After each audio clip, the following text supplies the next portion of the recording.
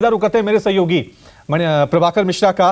प्रभाकर, क्योंकि आप supreme court cover करते हैं और आज हम दो टॉपिक पे चर्चा कर रहे हैं, एक मणिपुर हिंसा और दूसरा दिल्ली अध्यादेश। दिल्ली अध्यादेश पे सुप्रीम कोर्ट ने एक फैसला सुनाया था, लेकिन देश की सरकार ने कहा कि हमारे पास बहुमत है, हमारे पास आंकड़ा है, हमने सुप्रीम कोर्ट का फैसला बदल दिया। मणिपुर हिंसा को लेकर देश की संसद में हंगामा हो रहा है, चर्चा नहीं हो रही है, कोई इंफॉर्मेशन नहीं आ रही है। जो इंफॉर्मेशन आ रही है या तो सोशल मीडिया पे वीडियो वायरल हो रहे हैं या फिर जो हम सुप्रीम कोर्ट से टिप्पणी सुन रहे हैं।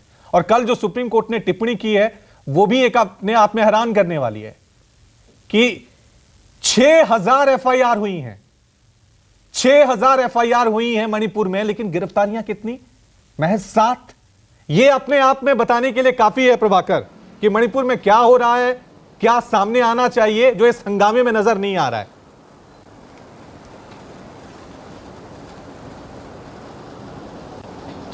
रवि, सुप्रीम कोर्ट की टिप्पणी यही नहीं थी। सुप्रीम कोर्ट की टिप्पणी जो बहुत महत्वपूर्ण टिप्पणी थी वो ये थी कि ऐसा लग रहा है कि 3 तारीख से लेकर अब तक राज्य में कोई कानून व्यवस्था नाम की कोई चीज ही नहीं रही। लोग जाएं तो जाएं कहां? पुलिस लगता ही नहीं था कि वो राज्य में पुलिस व्यवस्था है, कानून व्यवस्था है। तो ये जो सवाल है, ये सवाल किसी ऑपोजिशन के नहीं है, किसी पॉलिटिकल पार्टी के नहीं है, ये देश की सबसे बड़ी अदालत के सवाल है। अब सवाल ये कि आपने कहा 6000 एफआईआर, नहीं, कोर्ट में सरकार ने बताया 6523 एफआईआर है। लेकिन कोर्ट ये कहना चाहता है, पूछना चाहता था कि आप ये बताइए कि इसमें महिलाओं के खिलाफ कितने एफआईआर हैं, महिलाओं के खिलाफ जो जघन्य हिंसा हुई वो कितने एफआईआर हैं, हत्या के कितने मामले हैं, लूट और आगजनी के कितने मामले हैं। और विडंबना देखिए कि सरकार के पास आंकड़े नहीं थे बताने के लिए कोर्ट के सामने। बस सरकार ये कह रही थी कि माय लॉर्ड सीबीआई को दे दीजिए, सीबीआई जांच कर रही है 2 मामलों में, बाकी मामलों की जांच भी सीबीआई कर लेगी। सरकार को चिंता इस बात की है कि छवि खराब नहीं होनी चाहिए। जब सुप्रीम कोर्ट ने यह टिप्पणी की, मुख्य न्यायाधीश की जब यह टिप्पणी आई कि ऐसा लग रहा है कि राज्य में कानून व्यवस्था नाम की कोई चीज नहीं है, तो सॉलिसिटर जनरल ने यह कहा कि माय लॉर्ड, आप जो बात कह रहे हैं इससे गलत संदेश जाता है। सरकार को चिंता इस बात की नहीं, ऐसा लग रहा है कि मणिपुर में जो जान माल का नुकसान हुआ, महिलाओं के साथ जो ज्यादती हुई, बर्बरता हुई, सरकार उससे उतनी आहत नहीं है जितनी इस बात को लेकर परेशान है कि सुप्रीम कोर्ट की टिप्पणियों से सरकार की छवि को नुकसान हो रहा है। इसलिए अब सुप्रीम कोर्ट ने राज्य के डीजीपी को बुलाया है, सोमवार को सुनवाई होनी है। सरकार ने एक तरह से कोर्ट के सामने समर्पण कर दिया।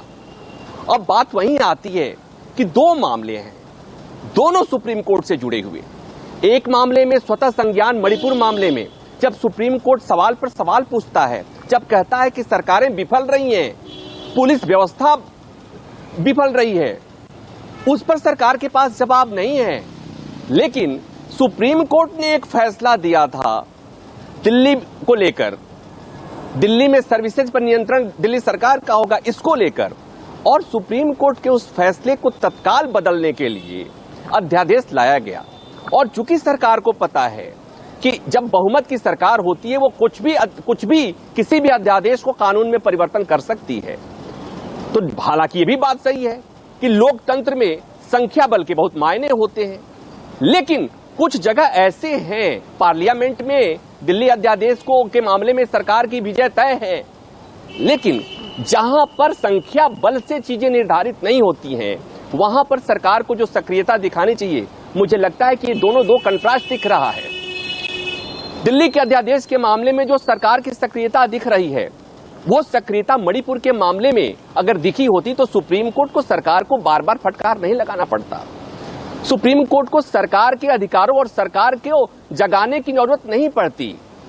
ये ऐसे सवाल हैं जो हमारे देश के नागरिकों को झकझोर रहे होंगे, परेशान कर रहे होंगे। तो रवि जी, सुप्रीम कोर्ट ने एक फैसला दिया दिल्ली अध्यादेश को लेकर, दिल्ली में सर्विसेज के नियंत्रण को लेकर। उस फैसले को बदलने के लिए सरकार ऑर्डिनेंस लेकर आई थी, अब कानून लेकर आ रही है। मामला फिर सुप्रीम कोर्ट जाएगा, उसकी समीक्षा होगी। मामला पहले से लंबित है, संविधान पीठ सुनवाई करेगी, लेकिन जब होगा तब होगा। लेकिन उसमें एक ऑब्जर्वेशन जो केंद्र सरकार का ऑब्जर्वेशन है वो मार्के का है, वो ये कि दिल्ली की सरकार के भरोसे दिल्ली के लोगों को नहीं छोड़ा जा सकता, क्योंकि दिल्ली सरकार मनमानी करती है। अब ये कुछ ऐसी बातें हैं जो फेडरल स्ट्रक्चर के लिए बहुत अच्छी नहीं कही जा सकती, लेकिन अभी जो मैं जिन मसले पर बात करने को सोच रहा था, और मुझे लगता है कि हमारे देश के लोगों को उससे ज्यादा चिंता है कि मणिपुर में स्थिति कब सुधरेगी। मणिपुर में जो अन्याय हुआ है उसकी जांच कौन करेगा? क्या न्याय मिलेगा समय रहते? जो सुप्रीम कोर्ट चिंता जता चुका है, तो मुझे लगता है कि देश की चिंता के साथ सुप्रीम कोर्ट भी खड़ा है आज के समय में, और सोमवार को सुनवाई होगी। सुप्रीम कोर्ट ये मान चुका है कि सरकार से बहुत उम्मीद नहीं की जा सकती, ठीक, कुछ हमें ही करना होगा। लेकिन अल्टीमेटली इस देश की जो व्यवस्था है, उस व्यवस्था में सुप्रीम कोर्ट बहुत कुछ कर सकता है, तो निर्देश दे सकता है, जगा सकता है किसी सरकार को, और वो सुप्रीम कोर्ट वो करने की कोशिश लगातार कर रहा है। उम्मीद कीजिए कुछ चीजें बेहतर होंगी। सरकारें संख्या बल पर चलती हैं, ठीक है, कानून संख्या बल पर पास हो जाता है, लेकिन सुशासन और शासन संख्या बल पर नहीं चलता। उसी के लिए राजधर्म की बात आती है, धर्मदंड की बात आती है।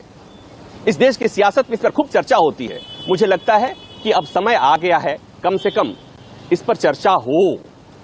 केवल संख्या बल से कानून बनाना और कानून रद्द करना काफी नहीं है, सदन में बहुमत साबित करना काफी नहीं है, विश्वास मत हासिल करना काफी नहीं है। देश के सभी धर्म संप्रदाय के लोगों का विश्वास जीतना जरूरी है, और ये मुझे लगता है कि अभी ये समय की जरूरत है। ठीक है, इसी